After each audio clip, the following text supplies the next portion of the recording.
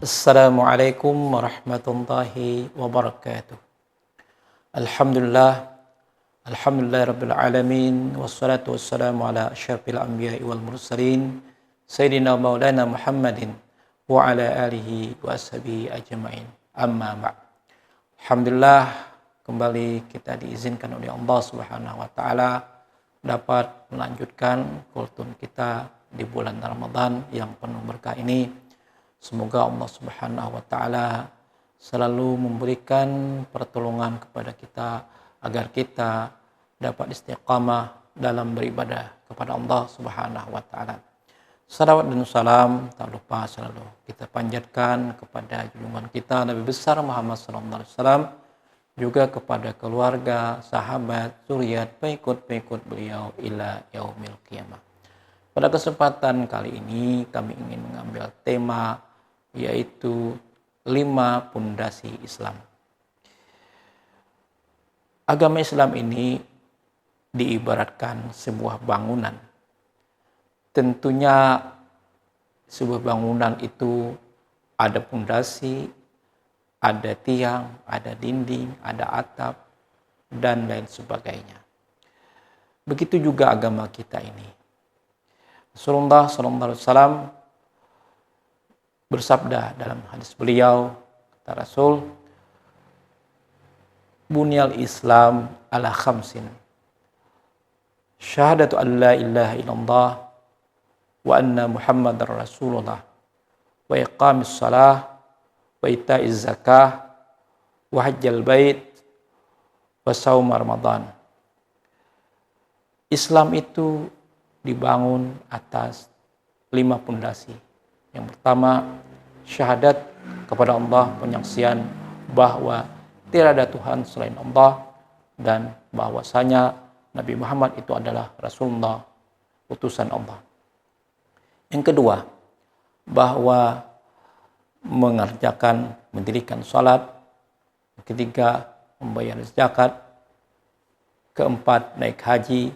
Dan kelima, puasa Ramadan. Ini merupakan isyarat dari Rasulullah SAW bahwa agama kita itu pondasinya 5, atau kita sebut juga dengan rukun Islam. Nah, mungkin kadang kita melihat ada saudara kita atau mungkin kita sendiri yang mengakunya Islam tetapi masih bermaksiat. Itu kenapa? Itu karena pondasinya tidak kuat. Kita bisa bayangkan, jika satu bangunan kalau pondasinya tidak kuat, pondasinya tidak kokoh, tentu bangunannya bisa miring, bangunannya bisa rubuh. Begitu juga Islam kita, begitu juga agama kita.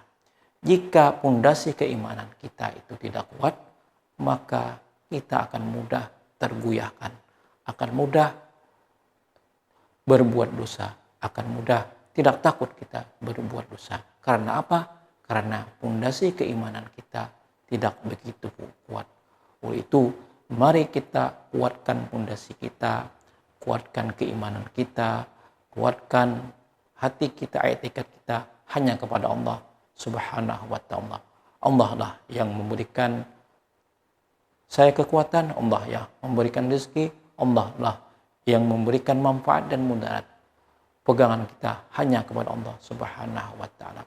Oleh itu, tentu kita harus mengenal Allah, harus mengenal Rasulullah. Bagaimana cara mengenal Allah? Bagaimana cara mengenal Rasulullah? Tentunya kita harus belajar.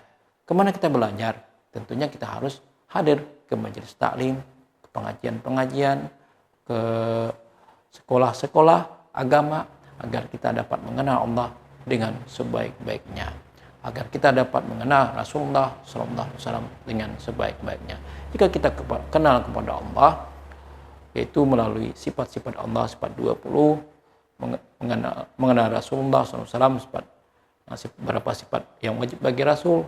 Jika kita kenal dengan sebaik-baiknya, maka insya Allah keimanan kita semakin meningkat. Jika keimanan kita semakin meningkat, berarti yang lainnya juga ikut baik, seperti salat, seperti zakat, haji, dan sebagainya. Yang kedua, pondasinya adalah salat. Salat merupakan tiang agama. Nah, tentunya di dalam bangunan, tiang ini adalah salah satu pilar terpenting dalam pembangunan. Tanpa tiang, tentunya bangunan tidak bisa berdiri. Itulah, mari kita selalu berusaha untuk menegakkan sholat dengan sebaik-baiknya. Untuk berusaha mendirikan sholat dengan sebaik-baiknya. Sesuai dengan petunjuk-petunjuk Rasulullah SAW melalui ilmu fikih. Dan bangunan tentunya tidak sempurna kalau hanya tiang saja dan pondasi saja, maka harus ada dinding. Apa itu dinding? Dinding itu adalah puasa.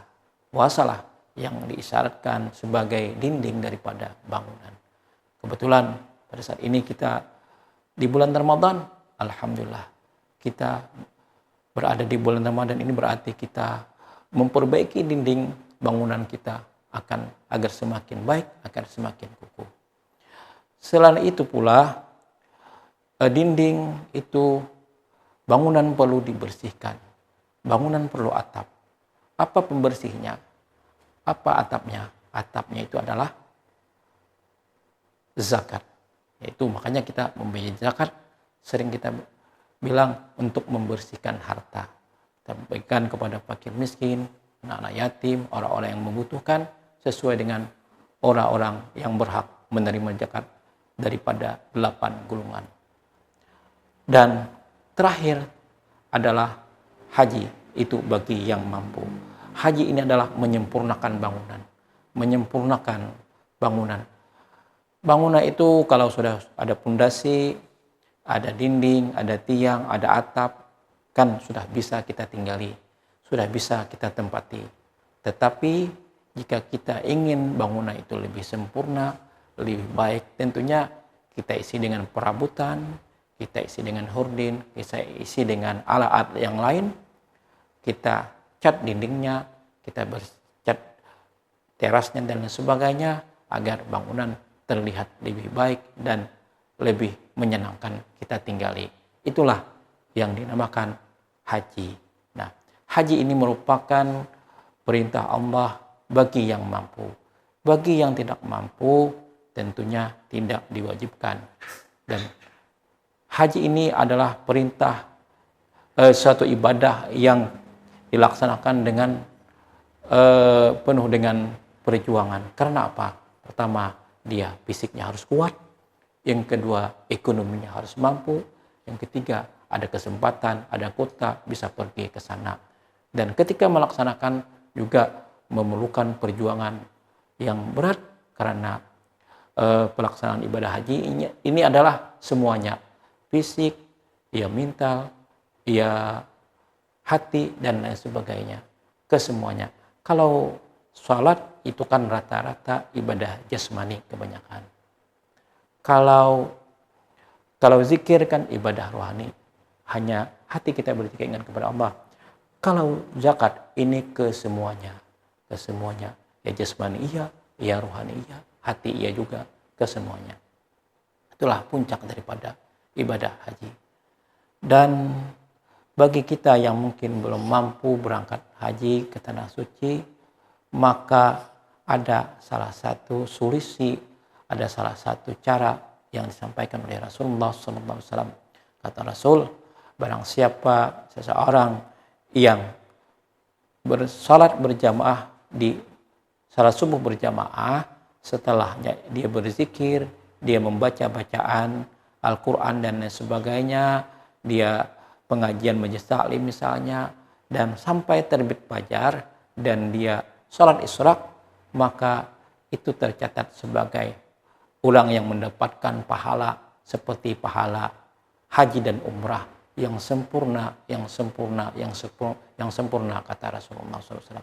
Jadi jangan berkecil hati bagi kita yang mungkin belum dapat panggilan ke tanah suci, maka kita dengan salat berjamaah di subuh, salat berjamaah subuh, setelah itu berzikir sampai terbit fajar sampai masuk waktu isyraq, maka kita mendapatkan pahala seperti orang yang berhaji dan berumrah.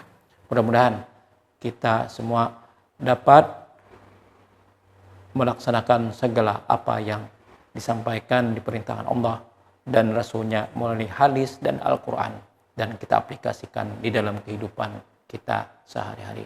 Dan semoga Allah Subhanahu wa Ta'ala selalu memberikan hidayah dan pertolongan kepada kita semua agar kita istiqamah di dalam beribadah kepada Allah Subhanahu wa Ta'ala. Demikian apa yang saya sampaikan. Mohon maaf atas segala kekurangan dan kehilafannya. Allahumma waffiq ila aqwamit thoriq wa billahi taufiq wal hidayah. Assalamualaikum warahmatullahi wabarakatuh.